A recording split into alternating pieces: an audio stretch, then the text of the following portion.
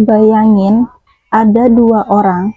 Yang pertama, ini tuh orangnya dingin, curigaan sama semua orang, susah percaya. Yang kedua, ini orangnya tuh hangat, gampang nolong, selalu mikirin perasaan orang lain. Nah, kalau kamu seorang manipulator, siapa yang bakal kamu incar? Jawabannya, hampir selalu orang baik. Bukan karena mereka lemah, bukan karena mereka bodoh, tapi karena mereka terlalu terbuka sampai lupa bikin batasan. Dan ironisnya, semakin tulus seseorang, semakin mudah emosinya dijadikan alat. Mereka takut mengecewakan, takut dianggap jahat, takut bikin orang lain sedih. Nah, manipulasi hidup itu dari rasa takut itu. Dan sekarang kita bakalan ngomongin sesuatu yang jarang banget dibahas. Kenapa sih orang yang paling baik itu sering jadi korban yang paling hancur? Jadi, manipulator itu punya senjata utama. Mereka tahu kebanyakan orang baik itu berpikir semua orang punya hati seperti mereka. Itu kesalahan pertama.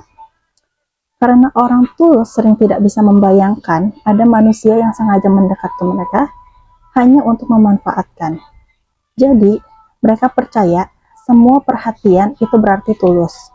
Mereka percaya cerita sedih itu berarti jujur, dan mereka percaya permintaan tolong berarti benar-benar butuh bantuan.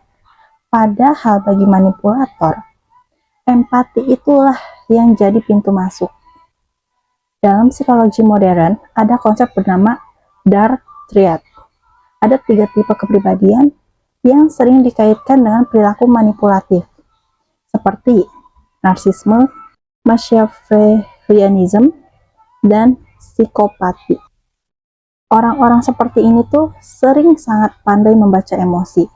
Mereka tahu kapan kamu merasa bersalah, kapan kamu kesepian, kapan kamu haus validasi, dan mereka menggunakan informasi itu seperti hacker membaca celah keamanan. Mereka nggak langsung menghancurkanmu. Enggak gitu. Manipulator hebat itu selalu mulai dengan membuatmu merasa dipahami. Ada kalimat terkenal dari Dan Brown, "Boundaries are prerequisite for compassion and empathy." Artinya, empati tanpa batas bukan lagi kebaikan. Itu mulai berubah jadi penyerahan diri. Orang baik itu selalu diajari untuk jangan egois, harus ngerti kondisi orang, kalau sayang, ya harus sabar. Dia begitu karena masa lalunya berat. Dan akhirnya, mereka terus memaafkan. Bahkan, saat dirinya sendiri itu perlahan rusak. Manipulator itu suka orang yang seperti ini. Karena mereka tahu, selama korban masih sibuk memahami pelaku, korban tidak akan melawan. Makanya, banyak hubungan toksik yang bertahan lama. Itu bukan karena korbannya nggak sadar, tapi karena korbannya terlalu berempati. Manipulator itu jarang sekali terlihat jahat di awal. Justru mereka akan terlihat perhatian, charming, pengertian, bahkan terasa seperti soulmate. Nah, dalam psikologi populer ada istilah namanya love bombing. Love bombing. Mereka memberi perhatian berlebihan di awal supaya kamu cepat terikat secara emosional. Begitu kamu mulai bergantung, perlahan kontrol dimulai. Mereka mulai bikin kamu merasa bersalah, playing victim, membuatmu mempertanyakan dirimu sendiri, atau membuatmu takut kehilangan mereka. Dan bagian yang paling bahaya, manipulator sering tidak terlihat seperti monster.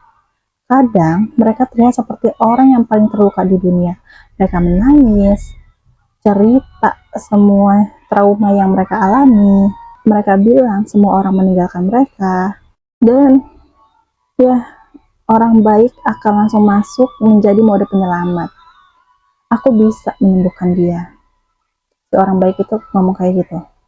Padahal seringkali justru kamulah yang sedang dikuras habis-habisan. Dan ini inti masalahnya. Manipulator tidak selalu mencari orang lemah. Mereka akan mencari orang yang sulit menolak, mudah merasa bersalah, dan terlalu bertanggung jawab atas emosi orang lain. Karena orang seperti mereka itu gampang dikontrol hanya dengan satu kalimat. Tahu kalimatnya apa? Nih, kalimatnya itu, aku kira kamu beda. Siapa yang sering dapat kata-kata kayak gitu? Atau, kalau kamu pergi, aku hancur. Atau yang lebih halusnya lagi, aku cuma punya kamu. Pasti banyak kan yang sering dapat kalimat kayak gitu. Hati-hati ya guys. Nah, kalimat-kalimat itu tuh bukan sekedar sedih. Kadang itu alat. Dan orang baik paling rentan karena mereka akan merasa bertanggung jawab menyelamatkan semua orang. Mereka lupa satu hal penting. Enggak semua orang itu ingin diselamatkan. Sebagian hanya ingin punya seseorang untuk dimanfaatkan. Nah, pertanyaan ini yang sering muncul. Kalau dia sadar dimanipulasi, kenapa nggak pergi aja? Nah, ya kan, gitu kan pasti pertanyaannya. Jadi, karena manipulasi itu bukan tentang logika. Manipulasi itu bekerja lewat emosi.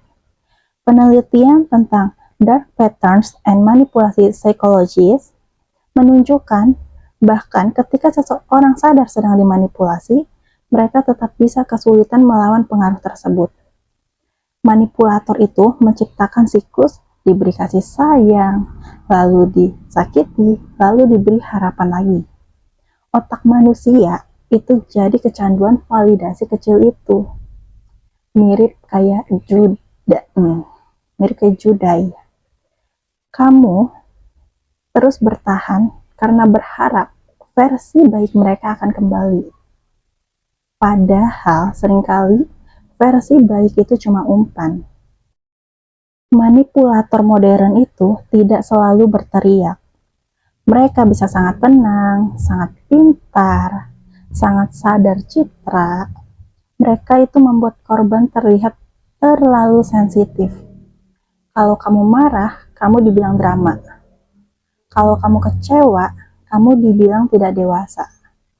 Kalau kamu mempertanyakan mereka, kamu dibilang toksik. Ini itu disebut gaslighting.